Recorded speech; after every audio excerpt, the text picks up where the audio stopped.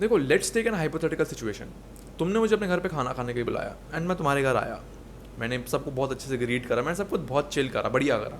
तारक मेहता चल रहा है पीछे, खाने की प्लेट सज चुकी हैं, एंड सडनली मैं तुम्हारे प्लेट में आकर टट्टी कर दूं, तुम क्या करोगे? तुम क्या करोगे? तुम उस टट्टी को डेकोरेट करने बैठोगे कि नहीं भाई नमक डाल देता हूँ, ऑलिव्स डाल देता हूँ, हैलापिनोस डाल देता हूँ, या पार्मेजान ब्रेड रख दूंगा साइड में, तो टट्टी खाने लायक टट्टी हो जाएगी, डेकोरेटिव टट्टी हो जाएगी वो? नहीं, तुम उस टट्टी को बाहर फेंक दोगे, जो टट्टी का रीजन था तुम उसको भी बाहर फेंक दोगे, बुलाना बंद कर दोगे मेरे को। Exactly my point. Most of the people, उनको ना एक चीज फीड करी जाती है कि जो तुम्हारी भी टट्टी जैसी लाइफ है ना, तुम्हें बस उसमें चीजें ऐड करनी है ताकि वो टट्टी डेकोरेटिव टट्टी हो जाए, वो टट्टी बढ़िया टट्टी हो जाए। Mind my choice of words, but मेरे को तुम्हें समझाना नहीं आ रहा। अब तुम्हें चीज़ों को रिमूव करना है। जो भी तुम्हारी प्लेट में भी टट्टी है ना, उसमें चीज़ें ऐड मत करो। मोर जिम, मोर प्रोडक्टिविटी रूटीन्स, मोर लुक्स मैक्सिंग नहीं। जो भी उस टट्टी का रीज़न है ना, उसको बाहर फेंको कि वो टट्टी बनी क्यों है। Rather than focusing on adding more things, focus on something जो बहुत ज़्यादा बेकार है तुम्हारी लाइफ में, जो तुम्हारे लुक्स को ख़राब कर रहा है, जो तुम्हारी फोकस को ख़राब कर रहा है, जो तुम्हारे एक्चुअल प्रोडक्टिविटी को ख़राब कर रहा है। Rather than adding.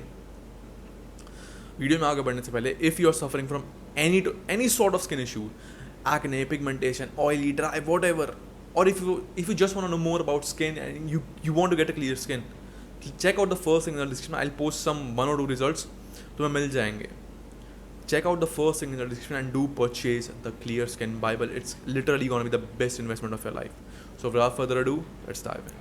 Now my first point is stop needing validation. भाई देखो, मैंने ना कॉलेज के फर्स्ट ईयर में बहुत ज़्यादा करा है। मेरी कॉलेज की फर्स्ट ईयर वाली जो लाइफ थी ना, वो एग्जैक्टली एक परफॉर्मेंस थी। Everything I did, every opinion I agreed, every choice I made was with the intention कि भाई मेरे को वैलिडेशन मिले, मेरे को एक सेंटर ऑफ अटेंशन टाइप मिले। मैं जिम सेल्फीज पोस्ट करने का मन नहीं था, फिर भी मैं करता था क्योंकि I wanted to hear one compliment. And जब भी मुझे स्टोरी पे लाइक कम आते थे या कॉम्प्लीमेंट्स नहीं मिलते थे, I used to delete that within 1 fucking hour। ये हालत थी। I literally use to live for attention. मतलब कहीं जाने का मन नहीं है, स्टिल चले जाना, कुछ करने का मन नहीं है, स्टिल चले जाना। Here is the hard truth, if your confidence depends on external validation, external sources, you are always gonna be fragile. तुम बहुत ज़्यादा easy to manipulate, easy to fuck with हो जाते हो, क्योंकि लोगों के ओपिनियन चेंज होते हैं। लोगों का ओपिनियन चेंज होगा तुम्हारे प्रति, तुम्हारा मूड चुदेगा, तुम्हारा मेंटल पीस चुदेगा, तुम्हारी life almost identity crisis type तुम्हें हो जाएगा वो चीज़। माई बिगेस्ट अचीवमेंट इज जब मैंने चीज़ें करना छोड़ दी ना, ये कि भाई फक इट, मैं करूँगा, मेरा मन है, मेरा मन है मैं कंटेंट बनाऊँगा, मेरा मन है मैं इंस्टाग्राम रील्स बनाऊँगा, मेरा मन है मैं यहाँ जाके खाना खाऊँगा, मेरा मन है। इतना पीस लगा, इतना पीसफुल वाइब आई थी ना मेरे को, इतना ग्राउंडेड लगा था मेरे को। You know what type of confidence is actually beneficial, इस जिसमें तुम्हें प्रूफ ना करना पड़े कुछ, तुम्हें किसी से फालतू में एग्री नहीं करना पड़े किसी से, तुम्हें किसी के इशारों पे ना चलना पड़े, जस्ट कॉज वैलिडेट होना तुम्हें। बहुत सारे लोग ये करते हैं, बहुत सारे लोग एक सर्टन एक्शन करते हैं just cause they needed that validation, भले वो एग्री करे ना करे उस चीज़ से। इससे होगा क्या? तुम अपनी आइडेंटिटी होगे, तुम अपने इमोशनल, अपने मॉरल्स, अपने एथिक्स, अपने ओपिनियंस बदलते हो just cause you needed that validation. बहुत सारे लोग ये करते हैं भाई। आई जेन्युइनली, मतलब सिंप ज़्यादातर ये लोग कह सकते हैं इन्हें। मतलब एक लड़की बोलती है मैं तलविंदर सुनती हूँ, सुने नहीं होंगे उस लौंडे ने आज तक गाने। हाँ मैं भी सुनता हूँ, मैं भी सुनता हूँ। Second point is I stop scrolling my life. देखो आई एम बी ऑनेस्ट, मेरी स्क्रोलिंग एडिक्शन अभी भी है, उतनी ठीक नहीं हुई है, बट पहले से 40 to 50% बहुत कम हो चुकी है।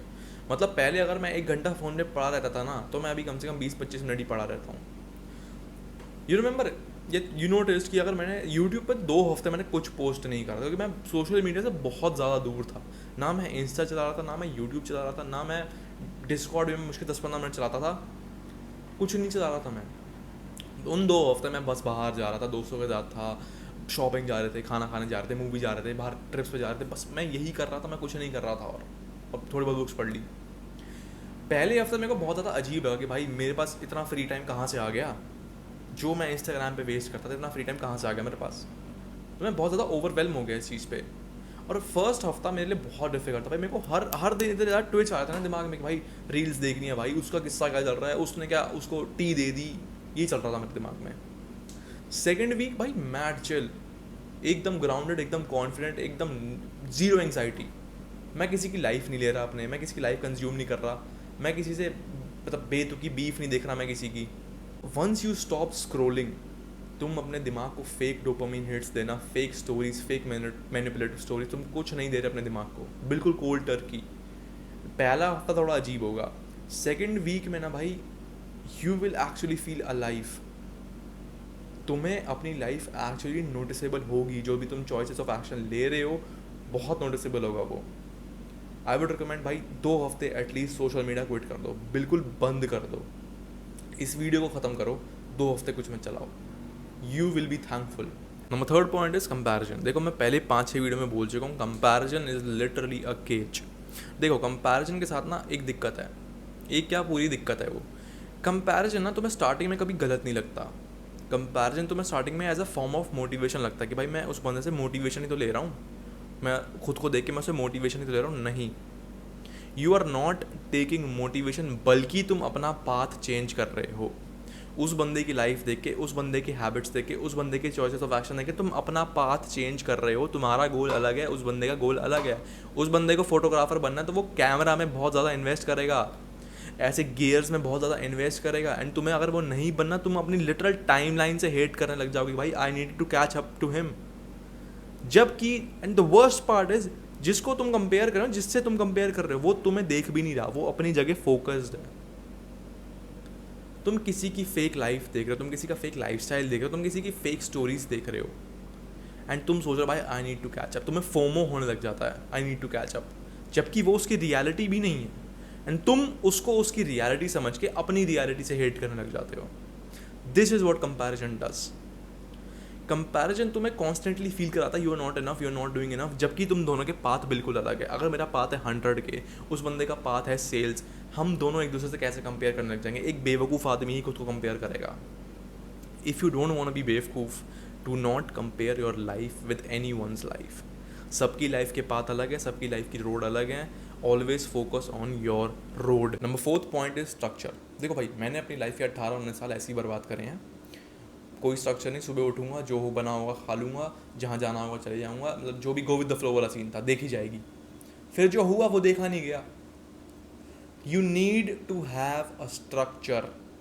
बहुत सारे लोग अपनी कोई भी जर्नी को इसलिए फकअप करते हैं because they don't have a structure.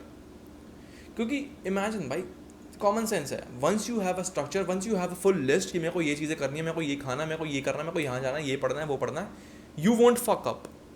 तुम्हारा दिमाग कहीं जाएगा ही नहीं। तुम्हारे सामने लिस्ट लगी हुई है कि भाई तेरे को 4 बजे पढ़ने बैठना है, तो 4 बजे पढ़ने बैठेगा।